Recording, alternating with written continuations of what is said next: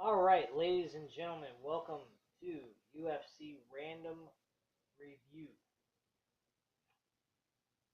I am basically going to go ahead and give you guys the UFC Random Review episodes back. I haven't done one in quite some time. And this one is UFC 217, which happened last month on November 4th, 2017, out of Madison Square Garden. This event did carry 18,200 screaming fans to excitement and entertainment. Its total gate made $6,200,000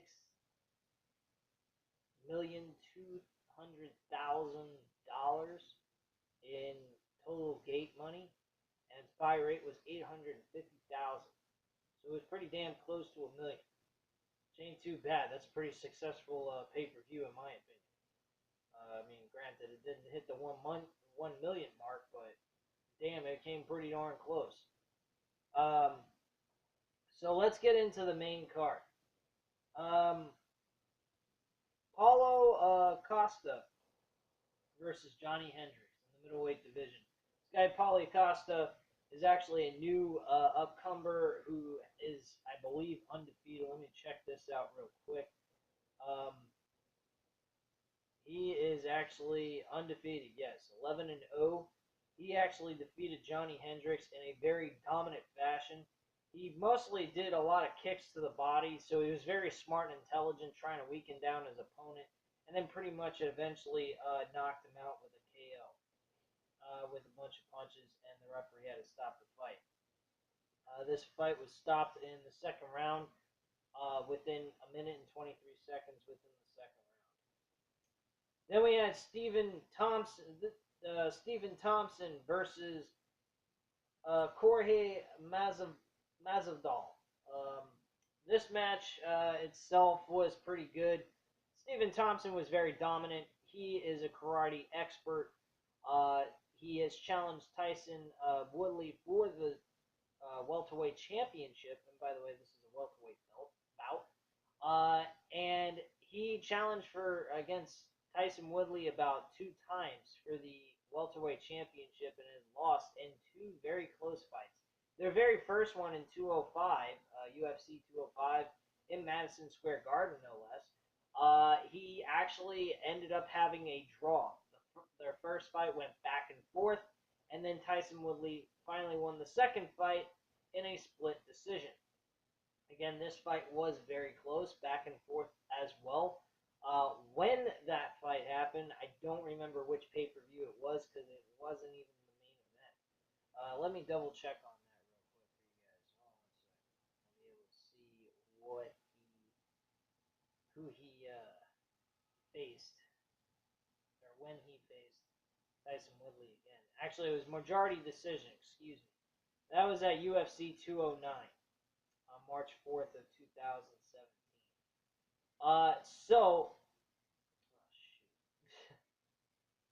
So basically, Tyson Woodley or Stephen Thompson, he really performed very well in this fight, won by unanimous decision, and put on a very good war against Jorge Masvidal. Jorge didn't have any answer against any of the moves, and pretty much Stephen Thompson walked away victorious with this fight, hands down, with no problem. Now we get into 3 championship fights we put on the card. The first one is the women's strawweight championship bout. We had Joanna Jędrzejczyk, which, by the way, was ruling the women's strawweight division. Now, you hear the word was ruling. Was. No longer. I couldn't believe this. Rose Namajunas beats her for the women's championship in the strawweight division by knockout in the first round within 3 minutes and 3 seconds of the first round. It was the most shocking thing since Ronda Rousey lost her championship to Holly Holm in, I believe it was UFC 193. And my God, when I saw that, I could not believe it. This event happened a month ago. Fucking month ago. And I didn't look up the results because this event was so gosh darn big.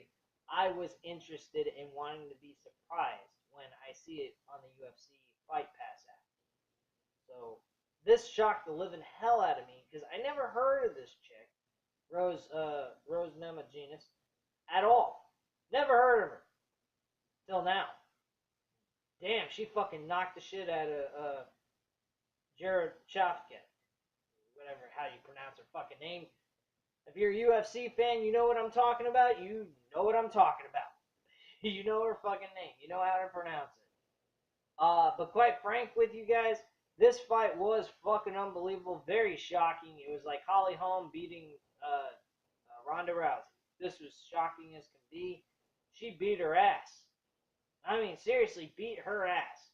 Hopefully, Jonah can get the championship back because she was very entertaining and an undefeated fighter before this. She's 14-1 now with the loss that she got from Rose. So very shocking on that end of the fight. So I couldn't believe that title change did occur. Then we had Cody Garbrandt defending his bantamweight title, who he beat Dominic Cruz, the same guy that his challenger faced at the time when he was champion, and TJ Dillashaw was the champ facing Dominic Cruz on a UFC Fight Night event with his title on the line, and he lost it by decision. Shocking as can be, and Dillashaw has been trying to chase for the title ever since. Well, he got his shot with the championship, won, and he got a number one contendership after 2 fights that he was definitely dominant in and won his fights, and now he had the opportunity to face Cody for the championship. They actually used to be training partners at the time, but TJ Dillashaw, there was actually a lot of controversial storyline heat going on with this, even though it was real. It's not like WWE. TJ Dillashaw pretty much had loyalty elsewhere in another facility to help him become a better fighter as a competitor in the octagon. Well, Cody was in another organization, and they used to be training partners, and he took very, very personal to that for him to move away from their team that he was on at the time, that he said he was very loyal to it at that point, and decided to take his business elsewhere, which was kind of awkward to do, and I don't blame the Cody's training organization to feel that way, but at the same time, he's in business for himself. He is trying to become the best that he can in UFC. And if you got another organization that can help you get there, and you believe so, you go for it. But at the same time, if you're going to pledge your allegiance, your loyalty to that organization, then you don't leave that group unless you didn't plan on doing that in the first place. But in TJ Dillonshaw's case, he supposedly did, which is kind of wrong, but at the same time, it's business. He's trying to become a better fighter and be the best champion of the bantamweight division he can be. So that's why he went to another training organization. I believe Cody is part of the American Top Team, which is actually being used by Bobby Lashley's storyline in TNA Wrestler, GFW actually now, since TNA was bought out by GFW with Jeff Jarrett's company, and Jeff Jarrett's no longer with GFW. So that's fucking funny in itself. But TJ Dillashaw was struggling in the first round against Cody. Cody Garbrandt actually was very dominant in the first round, but in the second round, somewhere along the line, TJ Dillashaw woke the fuck up and became TJ Dillashaw. I will be very blunt with you guys. I do not like TJ Dillashaw. I think he is a fucking loudmouth punk. But the little bastard can fight. That is for one thing. He is a motherfucker to beat. You could be kicking his ass and he still sometimes finds a way to win. I was very shocked that TJ Dillashaw walked away victorious and winning this belt. the way he was getting his ass kicked in that first round. I didn't think that this was going to continue. Uh, this fight was going to be ending up the way it did. So it shocked the living hell out of me very much when that happened. So TJ Dillashaw, he won by TKO with punches in the second round with 2 minutes and 41 seconds in the fight. So I was very impressed with that in itself. All right, so the last fight, and I can get in a little bit of detail with this because there's a lot of stuff that came about with this fight going in. It was Michael Bisping defending the middleweight championship against George St. Rush Pierre. George GSP hasn't been in mixed martial arts in 4 fucking years. His last fight was at UFC 168 against Johnny Hendricks with a controversial ending victory by GSP in a split decision. My personal opinion, I felt that Johnny Hendricks did win this fight. I actually did. I could not believe that GSP struggled in this fight, which there was later indications that he suffered a concussion during the fight, which kind of might explain why he was struggling within mid part of the fight till the 5th round. He was very impressive, though, regardless of what he was dealing with, whether we know he was dealing with a concussion or not. Because at the end of the day, Johnny Hendricks had him a couple of times where he could have beaten him, and he didn't. So, kudos to GSP at the end of the day on that situation. But, getting on to this fight he was impressive in. He took Michael Bisping to the ground 3 times in a row. There was not one time Michael Bisping actually countered or defended a takedown. George St. Pierre was unbelievable with his takedowns in this fight. There's been quite a few guys that could avoid from his takedowns, but in this fight he was outstanding. I was very, very impressed. And it tired out Michael Bisping. And even if this fight would have lasted all the way up to decision, Michael Bisping would have lost this fight regardless. There was one part of the fight that I did see that was very unbelievable. Michael Bisping was on his back and he was kicking GSP's ass. I don't know how the hell you judge this if it was to go to decision during the 3rd round, I believe it was. He cut and destroyed and mangled up GSP's face. He looked fucked up as hell. He looked like he actually went through 3 rounds of war, and all it was about 5. He was on the ground, on top of his opponent, and his opponent's beating his ass with elbows and their forearm. I mean, come on, man. How the hell can you cut that easily? But, I mean, him being 37 fucking years old, for God's sakes, and doing what he's been doing for the amount of years he's been fighting. He's been fighting for about 12 years now. I think he started in MMA, UFC in 2005, really. That's when he really started getting noticed anyway. But at the end of the day, George St. Pierre won this fight.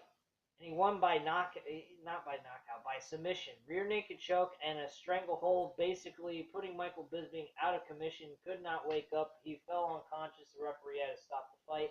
Michael Bisping loses the title, and GSP walks away as the new UFC middleweight champion.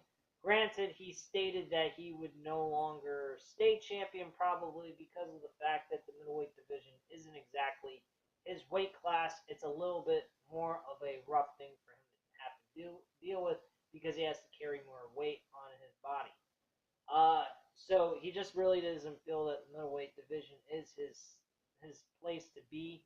He thinks he should be at welterweight, and that's pretty much what he states after the fight.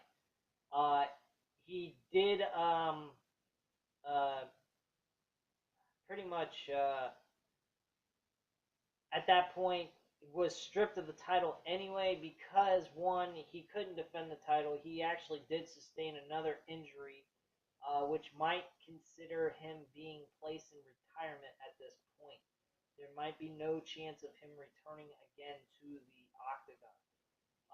Robert Whitaker, which is now the new middleweight champion because he was the interim champion. I believe Michael Bisping was dealing with injury, so he couldn't defend the title. So they were trying to look for an interim champion to replace uh, Bisping for the time being until he could come back. I guess they wanted to get a big money draw of event, have Michael Bisping versus George St. Pierre for this match, and then if Michael Bisping would to retain the title against GSP, he would then face Robert Whitaker in a title for title match to determine the undisputed UFC middleweight champion at that point. So I believe that's probably what they were trying to go for, but unfortunately GSP won the title, was stripped of it because he could no longer defend it. He decided to withdraw as the UFC middleweight champion, and Robert Whitaker, being the interim champion, was granted and crowned as the actual middleweight champion of UFC's division. So, with that all being said, I hope you guys enjoyed this random review of UFC.